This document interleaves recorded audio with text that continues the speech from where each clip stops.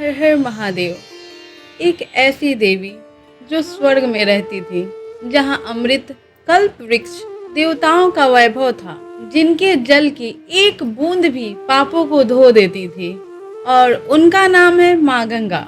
स्वर्ग की देवी भगवान विष्णु के चरणों से जन्मी माँ गंगा के लिए ही 3 पीढ़ियों ने तपस्या की।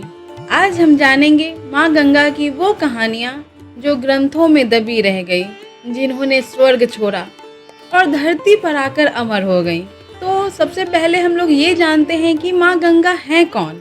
हमारे पुराणों में माँ गंगा का उल्लेख बार बार आता है। खासकर ऋग्वेद में माँ गंगा का नाम सबसे पहले नदियों में से लिया गया एक है। लेकिन माँ गंगा केवल एक नदी नहीं है, वे एक देवी हैं, जिन्होंने नदी का रूप लेकर हमारे बीच आई। पुराणों के अनुसार माँ गंगा का जन्म भगवान विष्णु के चरणों से हुआ था। जब भगवान विष्णु ने वामन अवतार में अपने 3 पगों में पूरा ब्रह्मांड नापा, तब उनके बाएं पैर के अंगूठे से जो दिव्य जल निकला वो इतना पवित्र था कि ब्रह्मा जी ने उसे अपने कमंडल में संभाल लिया, और वही जल बनी माँ गंगा। माँ गंगा के कई नाम हैं। भागीरथी, भगीरथ की वजह से धरती पर आई। जाह्नवी, जहन्नु मुनि की पुत्री। त्रिपथा, तीनों लोकों में बहने वाली। विष्णुपदी, विष्णु के चरणों से जन्मी।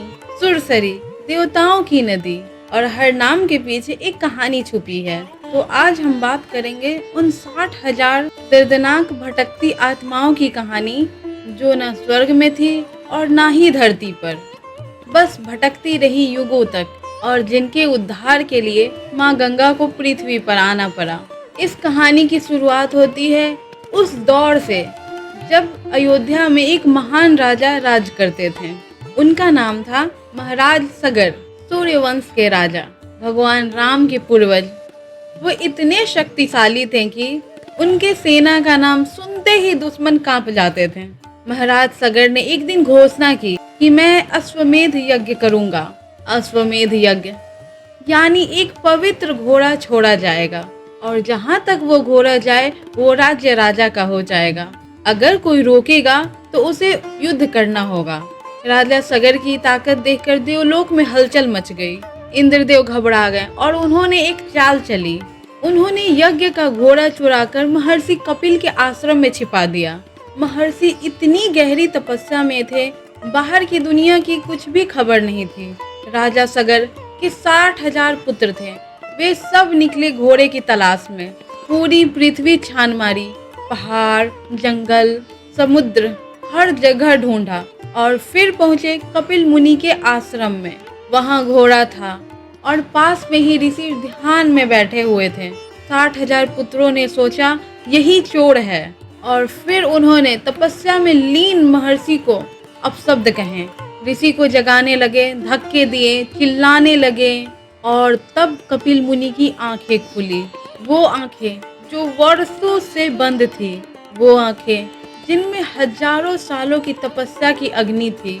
उन्होंने उन 60,000 पुत्रों को देखा। एक पल में ही वे 60,000 पुत्र राख हो गए, बिना किसी हथियार के, बिना किसी युद्ध के, बस एक क्रोधित दृष्टि, और सगर के 60,000 पुत्र इतिहास बन गए। जो इंसान बिना अंतिम संस्कार के मरता है वो मुक्त नहीं होता। उसकी आत्मा भटकती रहती है, ना वो स्वर्ग में जा सकती है और ना धरती पर रह सकती है।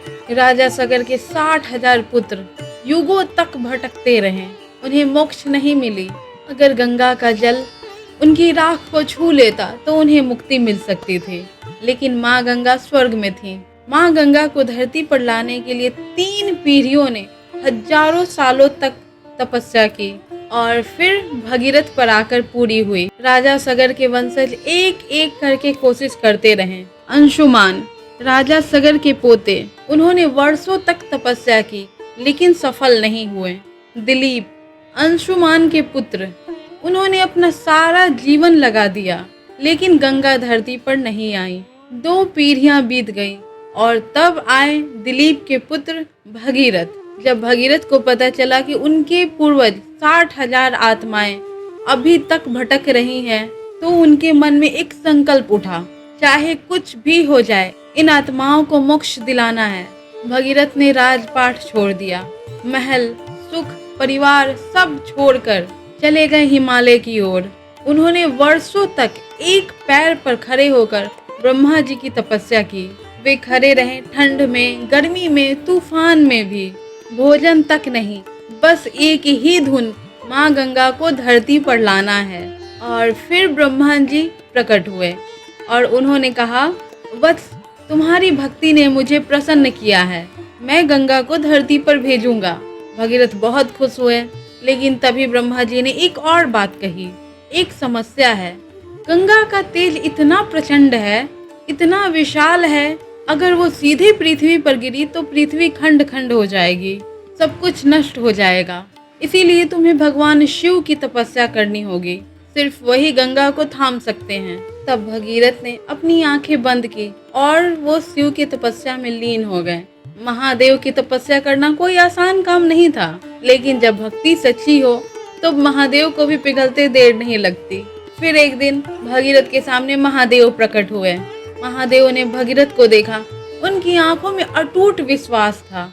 तब भोलेनाथ ने भगीरथ से कहा, मैं गंगा को अपनी जटाओं में ले लूंगा। ब्रह्मा जी ने माँ गंगा को अपने कमंडल से मुक्त किया। आकाश में एक विशाल धारा प्रकट हुई। गंगा नीचे की तरफ आई अपने पूरे वेग के साथ। तब महादेव ने अपनी जटाओं में सुरेश्वरी को संभाला और धीरे धीरे उनके कुछ अंश को धरती पर बहने दिया।